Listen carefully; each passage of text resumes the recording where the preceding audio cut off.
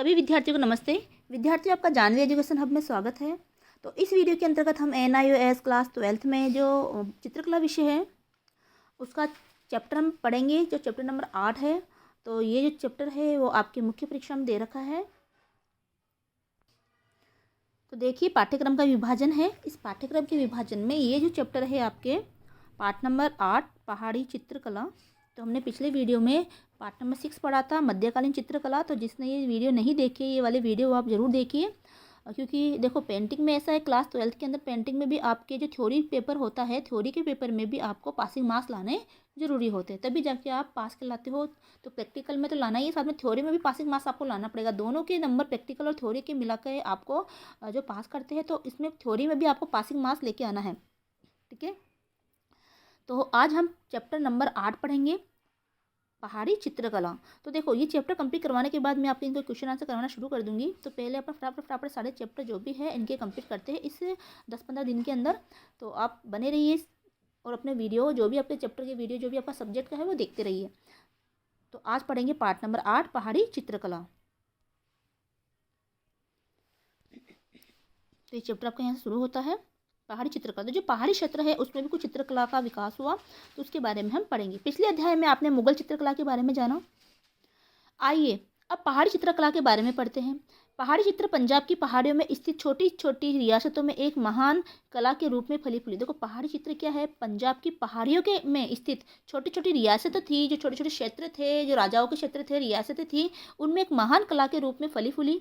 इसका संरक्षण इन क्षेत्रों के स्थानीय राजा द्वारा, तो इस पहाड़ी जो चित्रकला है उसका संरक्षण यानी उसको सुरक्षा प्रदान किसने दी, कि उसके जो स्थानीय राजा थे के द्वारा लगभग 1675 से लेकर 1823 ईस्वी के बीच किया गया।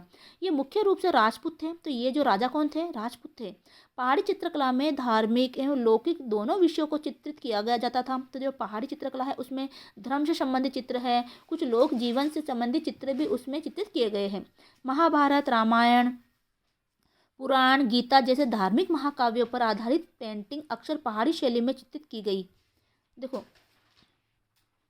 महाभारत है, रामायण है, पुराण है, गीता जैसे जो धार्मिक महाकाव्य है उनसे संबंधित जो पेंटिंग है वो इन पहाड़ी चित्रों में जो है चित्रित की गई। संस्कृत और रसिक प्रिया, बारहमासा तथा हिंदी के अन्य लोकप्रिय ग्रंथ थे जिन्हें पहाड़ी चित्रकला में प्रतिनिधित्व मिला। देखो, संस्कृत के कुछ प्रसिद्ध ग्रंथ हैं, रसिक प्रिया है एक ग्रंथ का नाम है, बारहमासा एक ग्रंथ का नाम है, और हिंदी के अन्य भी कई लोकप्रिय ग्रंथ थे, उनकी कुछ कहानियाँ थी, उनमें जो कुछ लिखा हुआ था उससे संबंधित चित्र है वो इस पहाड़ी चित्रकला का प्रतिनिधित्व करती है। इन चित्रकला में, उन चित्रों में उनको शामिल किया गया है। धर्मनिरपेक्ष विषयों में रोजमर्रा की जिंदगी का चित्र। अब देखो, धर्म विषय जो होता है, धर्मनिरपेक्ष में जो रोजमर्रा की हमारी जिंदगी होती है उससे संबंधित चित्र है।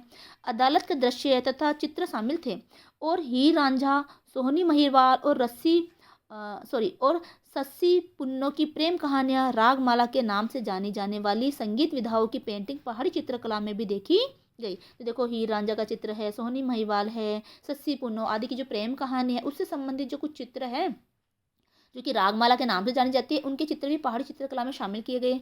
पहाड़ी चित्रकला में आमतौर पर कंट्रास्ट के विपरीत चमकीले रंगों का प्रयोग किया जाता था। प्राकृतिक चित्रण पहाड़ी चित्रकला की संरचना का एक महत्वपूर्ण घटक बना। प्रकृति के जो चित्रण है वो उसमें किया गया। पहाड़ी चित्रकला के कई विद्यालय हैं, इनका मूल स्थान केंद्रों के नाम से जाने जाते हैं। तो इनके जो मूल स्थान है वो क्या कहलाते हैं, केंद्र कहलाते हैं। जैसे कांगड़ा, बसोहली, मनकोट, गुलेर, जम्मू, मंडी, चंबा, बिलासपुर, कुल्लू और गढ़वाल आदि पहाड़ी चित्रकला के प्रसिद्ध संरक्षकों में से एक है। बसोहली, कांगड़ा और जम्मू से कृपाल पाल।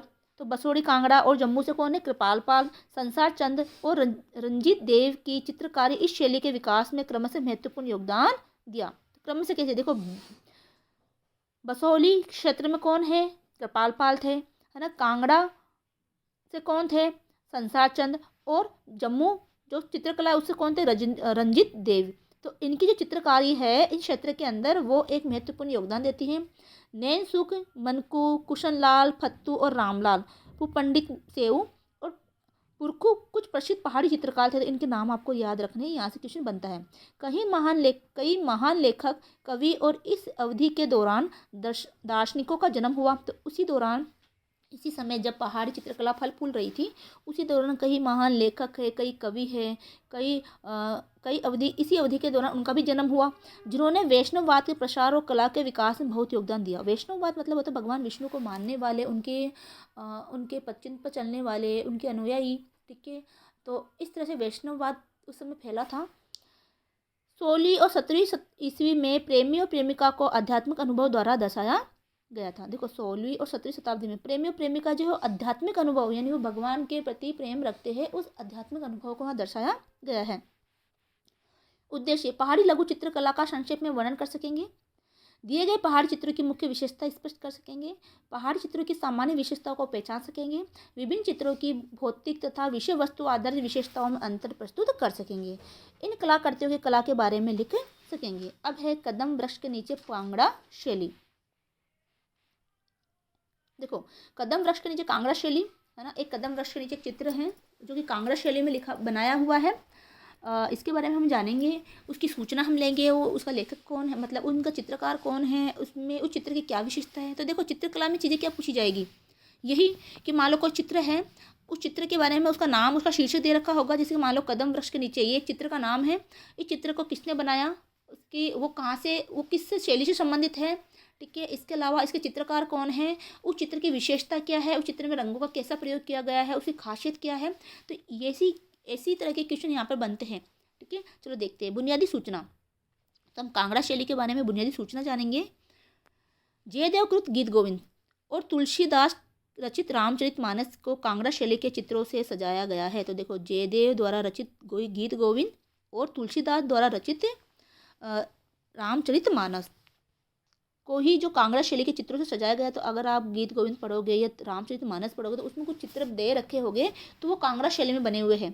पंजाब की संस्कृति तथा गुरु नानक द्वारा आरंभ किए गए महान सिख आंदोलन ने भी कांगड़ा के चित्रकारों को प्रेरित किया। तो पंजाब में जो गुरु नानक थे, है ना, तो गुरु नानक द्वारा आरंभ किया गया एक महान सिख आंदोलन ने भी जो है कांगड़ा के चित्रकारों को जो आकर्षित किया, तो उन्होंने भी जो उन आंदोलन से संबंधित कुछ चित्र थे वो भी वहाँ पर चित्रित किए।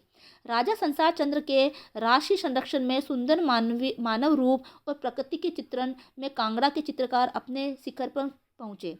कांगड़ा दरबार के चित्रकारों द्वारा सिख गुरुओं के भी चित्र बनाए गए। तो कांगड़ा दरबार के जो चित्रकार थे, दरबार में जो चित्रकार जो थे, उन्होंने वहाँ की सिख गुरुओं के भी चित्र बनाए।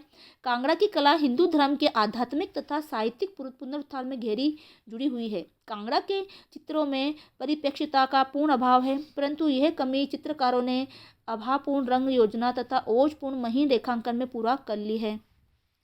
लगभग सभी चेहरे एक रूपरेखा में बनाए जाते हैं। कांगड़ा के चित्र अपने कोमल रेखांकन, चमकदार रंग तथा महीन सजावटी विवरणों के चित्रण की विशेषता के कारण सरलता से पहचान लिए जाते हैं। स्त्रियों की हिरन जैसी आंखें, सीधी नाक और खूबसूरती में से तरासा हुआ चेहरा कांगड़ा चित्रों की विशेषता। अब देखो प्रश्न यहाँ बनता है, कांगड़ा चित्रों की क्या विशेषता है, ये कांगड़ा शैली में बनाए गए चित्र की प्रमुख विशेषताएं लिखिए। तो कांगड़ा के चित्र क्या है, एक तो कोमल रेखांकन किया गया है, चमकदार रंग उसमें है, महीन सजावट का विवरण उसमें प्रस्तुत किया गया है ना, और साथ में ही जो स्त्रियों के हिरन जैसी आंखों है, तो मान लो किसी स्त्री का चित्र बनाया तो उसमें हिरन जैसी आंखें की गई है, सीधी नाक है, खूबसूरती से तरासा हुआ वो चेहरा है। तो ये कांगड़ा चित्रकला की क्या है, विशेषता है। चित्र बनाने के लिए काम में लाया गया कागज विशेष तकनीकी से तैयार किया जाता था। ये भी विशेषता है कि चित्र बनाने के लिए जो कागज काम में लेते थे वो भी एक विशेष तकनीक का प्रयोग करते थे। उसमें भी पतले कागजों की एक तह लगाकर उन्हें आपस में चिपकाकर एक कागज तैयार किया जाता था, जिसे वसली कहा जाता है। तो देखो ये वसली किसे कहते हैं, तो ये प्रश्न बनता है कि वसली किसे कहते हैं। तो मैं जहाँ जहाँ से प्रश्न बन रहे हैं वो भी मैं आपको टिक कराते जा रही हूँ। तो आप आपके पास अगर बुक है तो बुक में आप वहाँ पर अंडरलाइन कर लीजिएगा। अगर आपके पास बुक नहीं पहुंची है तो आप ये जो मैं लिखवा रही हूँ, आप वीडियो देखते हो, उसके नोट्स भी आप बना सकते हो। तो यही है कि वसली किसे कहते हैं, यहाँ से प्रश्न बना कि वसली किसे कहते हैं। तो चित्र बनाने के लिए काम में लाया गया कागज जिसे विशेष तकनीक से तैयार किया जाता है, और पतले कागजों की एक तह लगाकर उन्हें आपस में चिपका कर एक कागज तैयार किया जाता है, उसे ही वसली कहा जाता है। इसमें उपरांत इस कागज पर सफ़ेद खड़िया मिट्टी में बबूल का गोंद मिलाकर तैयार किए गए घोल का लेप किया जाता था। इस पतले घोल को कागज पर लगाने से उसके छिद्र बंद हो जाते थे। देखो जब ये पतला घोल है, जो कि जैसे कि खड़िया मिट्टी होती है, खड़िया मिट्टी को बबूल का जो गोंद आता है उस गोंद में उसको मिला लिया, तो मिट्टी गोंद में मिल गई तो टाइट हो जाएगी, मतलब वो चिपक जाएगी, और फिर उसको कागज़ के ऊपर उसको लेप देते हैं, उस घोल को लेप दिया, जिससे क्या कागज में कुछ छिद्र होते हैं जो क्या करते हैं कि वो छिद्र क्या करते हैं, रंग को अगर वाटर कलर है ना, पानी वाला रंग, पतला रंग है, तो उसको वो फिर वो एक से दूसरी साइड में दिखने लग जाता है, वो वहाँ से छिद्रों के माध्यम से वो वहाँ पर अवशोषित होता है, तो छिद्र वो बंद हो जाते हैं तथा उसकी सतह सपाट और चिकनी हो जाती है। चित्रों में प्रयोग करने हेतु रंग प्राकृतिक स्रोतों से प्राप्त किए जाते थे, जैसे कि लाल रंग लाही नामक कीड़े या चुकंदर से। तो देखो अब प्राकृतिक स्रोतों से यानी प्रकृति से ही जो फल है, कुछ पत्तियां है, कुछ सब्जियां है, उसी से वो रंग बनाए जाते थे।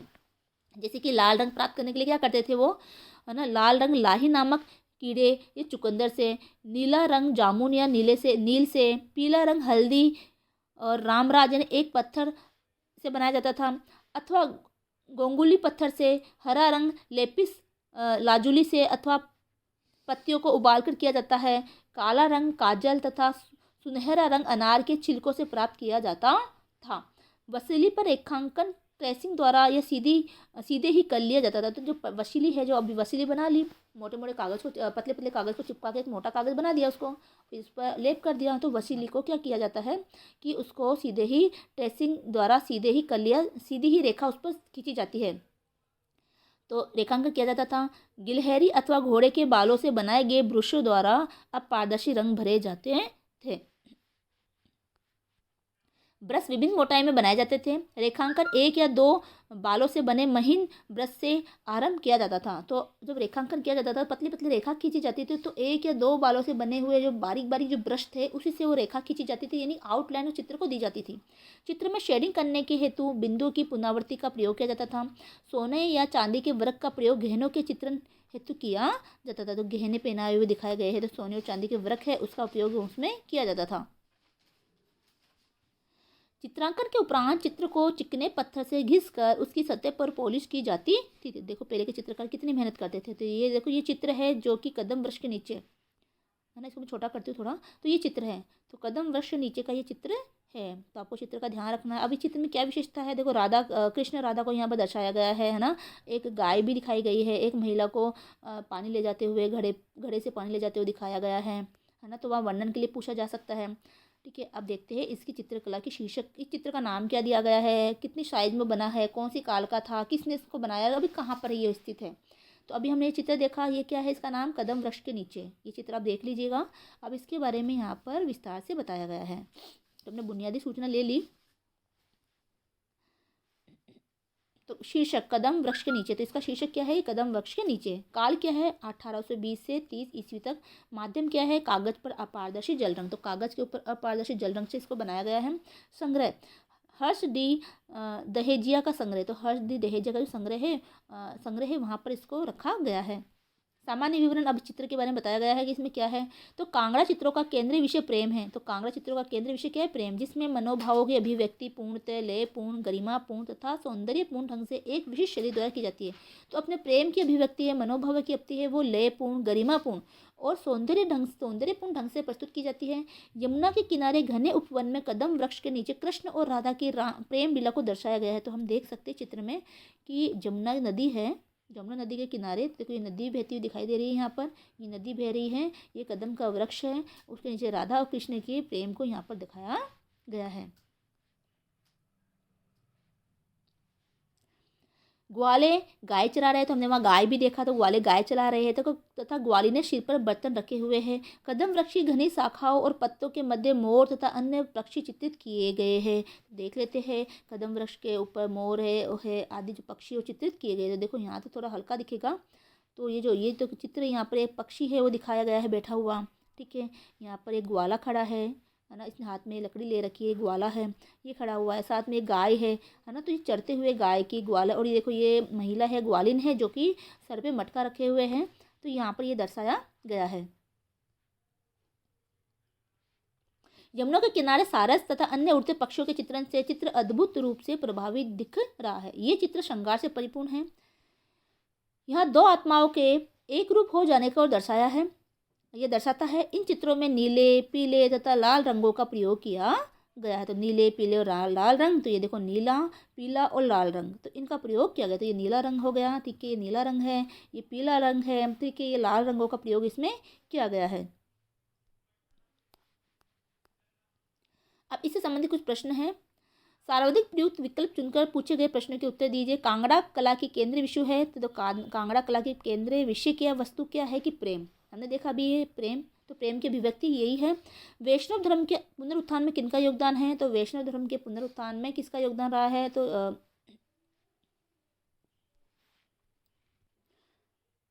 इसका आंसर है कि रामानुज और जयदेव। तो वैष्णव धर्म के पुनरुत्थान में हमने पढ़ा था कि रामानुज और जयदेव का योगदान रहा है। अगला प्रश्न है, कांगड़ा चित्रों में प्रेम को किस रूप में दर्शाया गया है, तो ये जो प्रेम है वो राधा कृष्ण के रूप में दर्शाया गया। तो हमने भी देखा था कि राधा कृष्ण का ही चित्र था, तो राधा कृष्ण के रूप में दर्शाया गया है, ये आपको ध्यान रखना है। तो ये इसका आंसर है। अगला है कांगड़ा शैली। अब कांगड़ा शैली के एक और चित्र के बारे में जानते हैं। कांगड़ा शैली कौन सी है, ये वर्षा नामक चित्र है जो कि कांगड़ा शैली में बना हुआ है ना, वर्षा, और ये भी कांगड़ा शैली में बना हुआ है। बुनियादी सूचना, तो इस चित्र की बुनियादी सूचना है कि कांगड़ा शैली की विशेषता उस कोमल रेखांकन में निहित है जिसकी सहायता से विभिन्न आकार तथा आकृतियां चित्रित की जाती है। इसमें कोमल तथा हल्के रंगों का प्रयोग किया गया है। सूक्ष्म विवरण और अलंकारिक गुणों पर आधारित ध्यान दिया गया है। खूबसूरत आंखें और तरासे हुए चेहरे उसकी विशेषता है। इन प्राकृतिक स्रोतों से प्राप्त किए गए हैं। और रंग कहाँ से प्राप्त किए गए, प्राकृतिक स्रोतों से। चित्रों के विषय रामायण और गीत गोविंद से लिए गए। तो हमने पढ़ा कांगड़ा में तो वैसे भी सारे जो विषय है चित्र के वो गीत गोविंद और रामायण से लिए गए हैं। तो ये देखो ये विषय है, तो ये वर्षा का चित्र है यहाँ पर। इस चित्र का नाम वर्षा है, ठीक है, इसको चित्र का नाम वर्षा दिया गया है। अब इसका बारे में और जानेंगे, चित्र के बारे में किस तरह के रंगों का प्रयोग किया गया है। तो देखिए शीर्षक क्या है, वर्षा। शैली कौन सी है, कांगड़ा। और काल कौन सा है, 1800 ईस्वी। माध्यम क्या है, कागज पर अपारदर्शी जल रंग। तो कागज पर अपारदर्शी जल रंग का प्रयोग यहाँ पर किया गया है। सामान्य विवरण, एक महल की छत पर वर्षा आच्छादित आकाश के तले एक प्रेमी युगल को चित्रित किया गया है। तो एक महल की छत पर, तो हम देखते हैं कि महल की छत है ये देखो महल की छत के ऊपर है ना वर्षा आधारित एक माहौल बना हुआ है, यानी कि मौसम कौन सा है, बरसात का मौसम बना हुआ है, बादल छाए हुए हैं, ठीक है, और एक महल की छत के ऊपर एक प्रेमी युगल को दर्शाया गया है। तो आपको चित्र के बारे में पूछ सकता है, तो आप ये ध्यान रखिएगा। 12 मासा अर्थात साल के 12 महीने हिंदू चित्रकारों तथा कवियों के विषय प्रेम विषय है, जो प्रिय विषय थे। देखो 12 मासा अथवा साल के 12 महीने हिंदू चित्रकारों तथा कवियों के प्रिय विषय रहे हैं। प्रसिद्ध कवि केशव दास ने अपने रचनाओं में विभिन्न ऋतुओं के दौरान आम लोगों के दैनिक कार्यकलाप का सुंदर वर्णन किया है। कांगड़ा के चित्रकारों ने इन विवरणों पर रंग और रेखाओं से सुंदर चित्र बनाए हैं। राजा संसार चंद्र के समय में बनाए गए इस चित्रों में राधा और कृष्ण के रूप में एक युगल को हर्षोल्लास के से वर्षा का स्वागत करते दर्शाया गया है। तो देखो राजा संसार चंद के समय में बनाए गए इन चित्रों में राधा और कृष्ण के रूप में एक युगल को, राधा कृष्ण के रूप में ही ये युगल है, तो ये जो युगल है वो राधा कृष्ण के रूप में ही है। तो राधा और कृष्ण के रूप में एक युगल को, एक जोड़े को हर्षोल्लास से वर्षा का स्वागत करते दर्शाया गया है। भूमि हरी घास से सजी हुई है। हाथी और चित्ता ठंडी फुहारों का आनंद ले रहे हैं। इन चित्रों में कांगड़ा चित्रकारों का प्रकृति प्रेम झलकता है। तो देखो हाथी और चित्ता ठंडी फुहारों का आनंद ले रहे हैं। हरी हरी घास है भूमि पर, तो आप देख सकते हैं भूमि पर हरी हरी क्या है, घास है। तो ये हरी हरी घास यहाँ दिखाया गया है। देखो ये हाथी दिखाया गया है जो हल्की हल्की फुहारों का आनंद ले रहा है। ये अन्य पशु जो है शेर और चित्ता ये दिखाए गए हैं यहाँ पर। तो इस तरह से इन चित्रों का वर्णन आप कर सकते हो। अगला, अब इससे संबंधित कोई प्रश्न है, किन महान साहित्यिक कृति में कांगड़ा के चित्रकारों को प्रेरित किया। तो हमने देखा था गीत गोविंद और रामायण, ठीक है। कांगड़ा शैली के चित्रों के विकास में मुख्य कारक कौन कौन से थे। कांगड़ा शैली के चित्रों की मुख्य विशेषता लिखिए। रेखांकन हेतु रंग किन स्रोतों से प्राप्त किए जाते थे। तो हमने पढ़ा था कि रेखांकन हेतु रंग जो है वो प्राकृतिक स्रोतों से प्राप्त किए जाते थे। तो इसकी मुख्य विशेषता भी मैंने बताई है। तो आप अभी जो अपने जो पढ़ा है कांगड़ा चित्रकारों के बारे में, चित्र शैली के बारे में, उसमें से आप इसका आंसर ढूंढ के लिख सकते हो। अगला है कमल पुष्प धारण किए कृष्ण की राधा से प्रेम लीला। अब चित्र का नाम है कमल पुष्प को धारण किए कृष्ण की राधा से प्रेम लीला। आशा है कि आप कांगड़ा शैली को समझ गए होंगे। अब हम बसोली शैली के बारे में जानें। बुनियादी सूचना, बसोली शैली के आरंभिक चित्र पंजाब की पहाड़ी रियासत में हर जगह उपलब्ध थे। बसोली चित्र सरल होते हैं परंतु इसमें शक्ति तथा आदिम जीवंतता का समावेश होता है। चित्रों का स्वरूप रेखा और रंगों से प्रभावशाली होता है।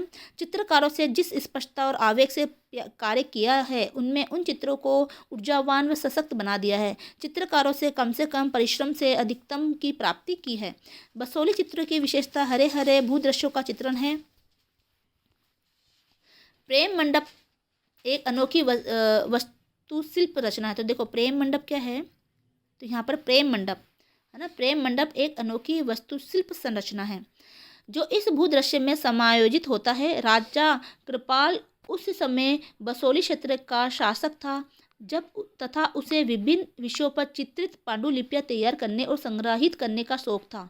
वह औरंगजेब काल की मुगल कला की बारीकियों को समझता था। इस समय रसमंजरी, भागवत पुराण तथा गीत गोविंद की चित्रित पांडुलिपियां तैयार की गई जिसमें कृष्ण का चित्रण प्रमुखता से किया गया है। 18वीं सदी के दौरान बसोली के शासकों में रसमंजरी के प्रति विशेष लगाव रहा। उन्होंने भानुदत्त द्वारा रचित इस प्रेमाख्यान पर चित्रकार देवीदास द्वारा कुछ अत्यंत उत्कृष्ट श्रेणी के चित्र तैयार कराए। बसोली चित्रण शैली अपने आप में अनूठी थी तथा अपनी स्थानीय बेजोर रंग योजना, काष्ठ वास्तुशिल्पी अभिप्रायों, बड़ी चमकीली आंखें, सुडौल आकृतियों जैसी विशेषताओं के कारण 17वीं-18वीं सदी में प्रचलित लघु चित्र शैलियों की बीच सशक्त कला अभिव्यक्ति हेतु विशेष स्थान रखती है। बुनियादी सूचना। बसोली शैली के आरंभिक चित्र पंजाब की पहाड़ी रियासतों में हर जगह उपलब्ध है। बसोली चित्र सरल होते हैं परंतु उसमें शक्ति तथा आदिम जीवंतता का समावेश होता है। सरल होते हैं लेकिन शक्ति और आदिम जीवंतता का, आदिम जाति जो लोग हैं किस तरह से रहते हैं उसकी जीवंतता का समावेश होता है। चित्रों का प्रारूप रेखा और रंगों से प्रभावशाली होता है। चित्रकारों ने जिस स्पष्टता और आवेग से कार्य किया है उसमें इन चित्रों को ऊर्जावान व सतत बना दिया है। चित्रकारों ने कम से कम परिश्रम से अधिकतम की प्राप्ति की है। बसोली चित्रों की विशेषता हरे हरे भूदृश्यों का चित्रण है। प्रेम मंडप एक अनोखी वास्तुशिल्प संरचना है जो इस भूदृश्य में समायोजित होता है। राजा कृपाल उस समय बसोली क्षेत्र का शासक था तथा उसने विभिन्न विषयों पर चित्रित पांडुलिपियां तैयार करने और संग्रहित करने का शौक था। वह औरंगजेब काल की मुगल कला की बारीकियों को समझता था। इस समय रसमंजरी, भागवत पुराण तथा गीत गोविंद की चित्रित पांडुलिपियां तैयार की गई जिसमें कृष्ण का चित्रण प्रमुखता से किया गया है। 18वीं सदी के दौरान बसोली के शासकों ने रसमंजरी के प्रति विशेष लगाव रहा। उन्होंने भानुदत्त द्वारा रचित इस प्रेमाख्यान पर चित्रकार देवीदास द्वारा कुछ अत्यंत उत्कृष्ट श्रेणी के चित्र तैयार कराए। बसोली चित्र शैली अपने आप में अनूठी थी तथा अपनी स्थानीय बेजोर रंग योजना, काष्ठ वास्तुशिल्पी अभिप्रायों, बड़ी चमकीली आंखें, सुडौल आकृतियां जैसी विशेषताओं के कारण 17वीं तथा 18वीं सदी में प्रचलित लघु चित्र शैलियों के बीच सशक्त कला अभिव्यक्ति हेतु विशेष स्थान रखती है। तो ये देखो, ये राधा कृष्ण ने कमल पुष्प धारण किए। कृष्ण की राधा से प्रेम लीला बताई रखी है। देखो कृष्ण ने कमल पुष्प धारण कर रखा है, ये राधा जी है, ये कृष्ण जी है। तो ये आपस में इनकी प्रेम लीला को दर्शाया गया है। शीर्षक क्या है? कमल पुष्प धारण किए कृष्ण की राधा से प्रेम लीला। काल कौन सा है? 1660 से 1670 ईस्वी। स्थान बसोली। माध्यम क्या है? कागज पर अपारदर्शी रंग। संग्रह विक्टोरिया अल्बर्ट म्यूजियम लंदन। तो अभी ये कहाँ पर है? ये चित्र विक्टोरिया अल्बर्ट म्यूजियम लंदन में स्थित है। सामान्य विवरण। रसमंजरी की चित्रित प्रति से लिए गए इस प्रसिद्ध चित्र में कृष्ण के भव्य रूप तथा श्रृंगार रस से परिपूर्ण नायिका अथवा रसप्रिया को एक अलग परिवेश में दर्शाया गया है। कांगड़ा शैली के चित्रित कृष्ण के रूप में विभिन्न बसोली शैली में कृष्ण के नगरीय अभिजातीय रूप को चित्रित किया गया है। जो नगरीय अभिजातीय रूप होता है, नगर के अंदर रहने वाला जो अभिजात वर्ग होता है, जो ऊंचा वर्ग होता है या जो अमीर लोग होते हैं, उसके रूप में उसको चित्रित किया गया है। राधा के साथ कृष्ण के अनेक रूपों को बदल बदल कर राशि रूप में चित्रित किया है। कृष्ण को भागवत के एक पशुपालक और शरारती ग्वाले के साथ एक राजपुरुष की भांति चित्रित किया गया है। कृष्ण का यह रूप बसोली के शासकों को अवश्य ही आनंदमय लगता होगा। इस चित्र में गहरी काव्यात्मक समझ तथा अनेक ऋतुओं और वनों के प्रति संवेदनशीलता के दर्शन होते हैं। राधा और कृष्ण के प्रेम की यह नगरीय तथा राशि व्याख्या संभवतः इसलिए उस समय के राजपूत राजघरानों को प्रभावित करती होगी क्योंकि वे भी इसका अपने जीवन में पालन करते होंगे। उस समय का जो राजपूत घराना था पंजाब के अंतर्गत कांगड़ा क्षेत्र में, ये बसोली क्षेत्र के अंतर्गत, तो उनको भी ये जो राजसी ठाट बाट है वो प्रभावित करती होगी। कृष्ण हाथ में एक कमल लिए है और राधा महल में बैठी है। यह राधा महल में तकिए का सहारा लिए आत्मविश्वास से भरी राजसी अंदाज में बैठी है, जो कांगड़ा शैली में चित्रित शर्मीली और लजीली राधा से पूर्णतः भिन्न है। यहाँ वृंदावन की देहाती राजा का राजपूत दरबार में मोहक तथा सौंदर्यपूर्ण वातावरण में एक बदला हुआ रूप देखने को मिलता है। देखो, वृंदावन की देहाती राधा के रूप में ना करके यहाँ पर राजपूत दरबार में एक मोहक रूप में और सौंदर्यपूर्ण वातावरण में बदलता हुआ रूप राधा का देखने को मिलता है। अब इससे संबंधित कुछ प्रश्न दे रखे हैं कि इन चित्रों में खालिस्तान माध्यम प्रयोग किया गया है ना, भागवत पुराण खालिस्तान और पांडुलिपियों से इसमें कृष्ण की मुख्य उपस्थिति है। तो ये अभी हमने जो पढ़ा है इसके क्वेश्चन के आंसर लास्ट में बुक में भी दे रखे, तो वहाँ से भी आप देख सकते हो। दरबारी को संबोधित करते कृष्ण, बसोली शैली, तो ये भी बसोली शैली में ही है। हम लोग बसोली शैली के अन्य चित्रकारों को सीखेंगे, चित्रकला को सीखेंगे। बुनियादी सूचना, कांगड़ा चित्रों की तुलना में बसोली शैली अधिक मुखर, पुरुष प्रधान और सरल है। इनमें कांगड़ा चित्रों में प्रयुक्त कोमल व मिश्रित रंगों के स्थान पर चमकीले और शुद्ध रंगों का प्रयोग हुआ है। बसोली चित्रों की विशेषता बड़ी चमकीली आंखें और बहुयामी चेहरे हैं। तो बड़ी ही चमकीली आंखें हैं और बहुयामी चेहरे का प्रयोग इसमें इस चित्र में किया गया है। तो ये बसोली की विशेषता हो गई। अब देखो, ये है दरबारी को संबोधित करते कृष्ण। देखो, कृष्ण है, दरबारी को संबोधित कर रहे हैं, ये दरबारी है और ये कृष्ण है। तो दरबारी से बातचीत करते हुए, उसको संबोधित करते हुए कृष्ण का यहाँ पर चित्र किया गया है। अब शीर्षक क्या है चित्र का? दरबारी को संबोधित करते कृष्ण। माध्यम क्या है? कागज पर अपारदर्शी रंग। काल क्या है? 1660 से 1670 ईस्वी। संग्रह है विक्टोरिया अल्बर्ट म्यूजियम लंदन में रखा गया है। सामान्य विवरण, महल में तकिए से टेक लगाकर बैठे कृष्ण एक दरबारी को संबोधित कर रहे हैं। इस चित्र में बसोली शैली की खास विशेषताएं जैसे कि गहरी रंग योजना, काष्ठ वास्तुशिल्पी अभिप्राय, बड़ी चमकदार आंखें, अलहड़ तनी हुई देह दृष्टि आदि का समावेश है। एक राजा के रूप में कृष्ण को अपने दरबार में आने वाले अनेक गणमान्य लोगों से मिलना पड़ता है। तो एक राजा के रूप में कृष्ण को अपने दरबार में आने वाले अनेक गणमान्य लोगों से मिलना पड़ता है। चित्र में दर्शाया गया आगंतुक किसी अन्य राज्य से आया प्रतीत होता है, जो उसकी पगड़ी से ज्ञात होता है, जो उसकी पगड़ी से पता चलता है कि ये जो दरबारी है वो किसी अन्य राज्य से आया हुआ है। देखो, ये पगड़ी से पता चलता है कि ये दरबारी किसी अन्य राज्य से आया हुआ है। यह मुलाकात व्यक्तिगत और गोपनीय है, अतः महल के अंदर एकांत में हो रही है। चित्र का संयोजन आयताकार है तथा इसमें बहुकोणीय दूरदर्शी लघुता का प्रयोग किया गया है। यद्यपि चित्रित आकृतियां आंख की सतह पर बनाई गई है, परंतु पलंग को आंख की सतह से नीचे रखकर चित्रित किया गया है। अब इससे संबंधित कुछ प्रश्न है कि दरबारी कृष्ण का चित्र किस अवधि में बनाया गया था। तो देखो, हमने ये अभी देखी थी 1660 से लेकर 1670 तक। तो ये इसके 1660 से 1670 तक। बसोली चित्रशैली की प्रमुख विशेषता क्या है? तो यही है कि इसमें एक चमकीले रंगों का इसमें प्रयोग किया गया है और बड़ी बड़ी आंखें भी प्रयोग इसमें की गई है। अब है विश्व रूप एक, चंबा शैली। प्रिय शिक्षार्थियों, आप बसोली शैली के बारे में पढ़ चुके हैं। आइए अब चंबा शैली के बारे में जानकारी प्राप्त करें। बुनियादी सूचना, वर्तमान हिमाचल प्रदेश में एक छोटे से पहाड़ी नगर चंबा में फली फूली इस चित्र शैली ने पहाड़ी शैली के चित्रों के इतिहास में अपनी छाप छोड़ी। देखो, ये कहाँ पर है? वर्तमान में हिमाचल प्रदेश के एक छोटे से पहाड़ी नगर है चंबा, वहाँ पर ये चित्रकला फली फूली है। कृष्ण उपासक तथा वैष्णव धर्म से प्रेरित चंबा शैली ने विश्व को उत्कृष्ट श्रेणी के चित्र दिए हैं, जो पूर्णतः भारतीय है और अपनी मिट्टी से जुड़े हैं। चंबा शैली के चित्रों के मुख्य विषय है दशावतार श्रृंखला, विश्व रूप श्रृंखला, भागवत पुराण श्रृंखला और रामायण श्रृंखला। इनका समय भी लिखा गया कि कब ये इनका निर्माण किया गया। चंबा के चित्रकार ने वशीला कागज पर चित्र बनाए। प्राकृतिक एवं खनिज रंगों का प्रयोग किया गया, जिन पर बाद में चिकने पत्थर की सहायता से दोनों ओर घिसाई करके पॉलिश की जाती थी। चंबा के चित्रकारों पर मुगल शैली एवं उसकी रंग योजना का प्रभाव था, परंतु इसके बाद भी इस शैली ने अपनी स्थानीय विशेषताओं को बनाए रखा। पुरुष आकृतियों की वेशभूषा में मुगल लघु चित्रों से समानता दिखती है। शीर्षक क्या है? विश्व रूप एक। इसका शीर्षक है, शैली है चंबा, माध्यम है कागज पर अपारदर्शी जल रंग, माप है 320 सेंटीमीटर से लेकर इसकी लंबाई चौड़ाई दे रखी है 23.8 सेंटीमीटर। संग्रह कहाँ पर है? न्यूयॉर्क अमेरिका में इसका संग्रह किया गया है। अब देखो, ये इस तरह के चित्र है, ये चित्र है, देखो ये चित्र दिया गया। अब देखो कितनी मुंडियाँ इसमें बताई गई है ना। कई अवतार भी यहाँ पर बताए गए हैं, 3 अवतार यहाँ पर बताए गए हैं और 3 तरह की कई इनकी जो है शीर्ष बताए गए हैं। सामान्य विवरण, ये है विश्व रूप। एक सामान्य विवरण, ये एक असामान्य विश्व रूप है क्योंकि इसमें सिर, भुजाएं और पैर लाल, हरे, स्लेटी, नीले, पीले और गुलाबी रंगों से रंजित है। 24 भुजाएं एक व्रत आवर्ती ये एक व्रत बनाते हुए चित्रित है। तो देखो 24 भुजाएं एक व्रत यानी कि एक गोला बनाते हुए, ये देखो ये व्रत बनाते हुए एक गोला बनाते हुए इतनी भुजाएं चित्रित की गई है, जिनके रंग भिन्न है तथा उनमें विभिन्न अस्त्र शस्त्र, कमल, शंख, घंटी, संभवतः वेद तथा सर्प लिए हुए हैं। एक के ऊपर एक सिर की 4 पंक्तियां हैं, मध्य में 4 सिर तथा उसके ऊपर प्रत्येक पंक्ति में 23 प्रोफाइल सिर वाले एक चश्मी चेहरे बने हुए हैं।